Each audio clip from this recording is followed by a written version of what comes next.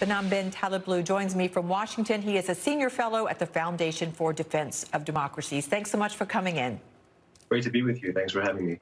Sure thing. Well, you said in the interview back in August, prior to the G7 summit, that regarding Iran, it was important to deal with the nuclear threat before the terrorism threat. Well, now, as a result of dealing with terrorism and killing Soleimani, Iran says it will abandon the nuclear deal. Let's begin with your thoughts on that development. Well, to be clear, while the nuclear threat is the most pressing threat, you have to deal with the Iranian threats comprehensively because one asymmetric threat drives another. Iran's interest in missiles begets its interest in a military nuclear program and vice versa. The fact that it's a weak conventional power means that it's a strong asymmetric power. So there is a lot of symbiosis between the Iranian threat networks, whether it's missile, military, nuclear, cyber, and whatnot. But on the nuclear file, on the JCPOA, which is the 2015 Iran nuclear deal that the Trump administration left in May 8, 2018, Iran has had a policy of leaving this deal incrementally every 60 days starting May 8, 2019. Now, Iran's latest revelation, slated for January 6th, is that it is removing the caps on its enrichment of uranium. This is the material you need to eventually get a nuclear weapon, to put it in the warhead. And this means that Iran has a lot more control over the scale, scope, and direction of its enrichment program. And thus, this is designed to weaponize the concept of fear in Western countries and have America rush back into the same deal that it had previously called fatally flawed. Be interesting to see if that happens. Let's talk more about the news of the killing of Soleimani. When it broke, the main message from experts on the Middle East said this will upend the region. It will have unintended consequences. We're already seeing that. Now Iraq wants to get rid of U.S. troops. It's been kind of stuck in the middle. Iran is vowing revenge. Where do you see this going, perhaps? Does anyone know?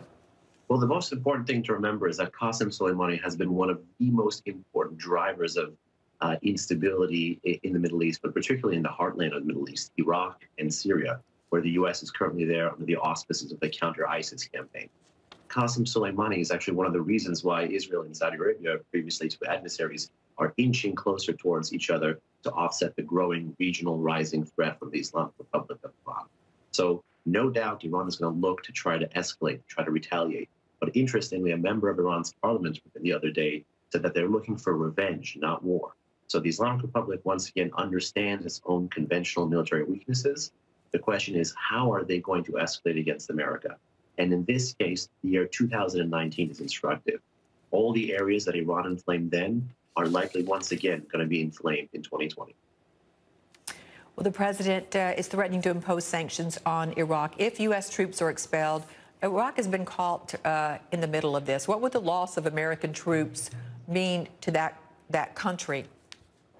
I think it would be devastating for U.S. national security strategy for either Iraq to evict legally through a parliamentary process, changing the status of forces agreement, prematurely ending the counter-ISIS mission and the multinational counter-ISIS campaign, and simultaneously it would be a mistake for the U.S. president to unilaterally withdraw American forces from the region. This, again, would be handing Iraq and the plains of Iraq to the successor of Qasem Soleimani, Ismail Qaani. So Iran has already named a successor for Soleimani's position there.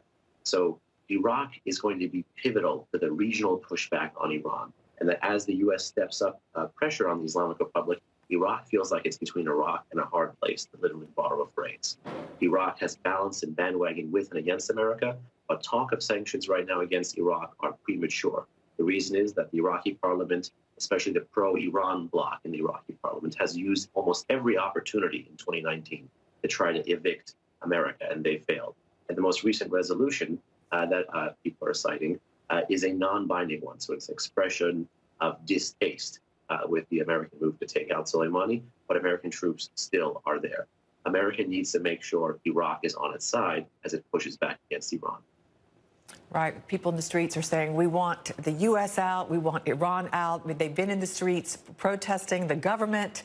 They don't have basic rights and services since the fall of Saddam Hussein. So this puts them in an awkward position as far as the citizens go. You said of Soleimani that he is the reason for much of the instability and the terrorism in the Middle East. I want to ask you, other presidents considered assassinating but opted out. Mr. Trump did.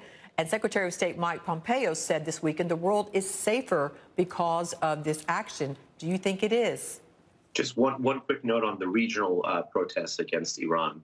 While Iraqi nationalism is high, perhaps higher than it's ever been in the past 2 or 3 decades, it's clear who the primary target of the Iraqi people's ire is. It is almost definitely Iran. They're saying Iran out. So while there are some small factions bolstered by pro-Iran-backed Shia militias in the country of Iraq that are looking to point a finger at America, large swaths of the Iraqi population that were protesting in 2018, particularly in August and September, as well as starting in October 2019 and present, have been pointing a finger at Iran. And it's been the Iran-backed Iraqi Shia militias that have been slaughtering these protesters for exposing the role of its neighbor in Iraqi domestic politics.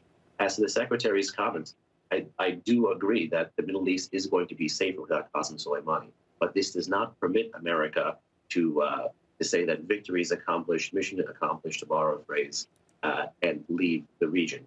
If anything now, Washington has to capitalize on this opportunity to limit Iran's escalation and to signal resolve to the Iranians and to work again with local partners to make sure that there can actually be a path to peace. Thank you so much for your insights. And yes, I don't think we'll hear mission accomplished from an administration in the United States. We really appreciate your expertise. Behnam Taleblu, thank you so much.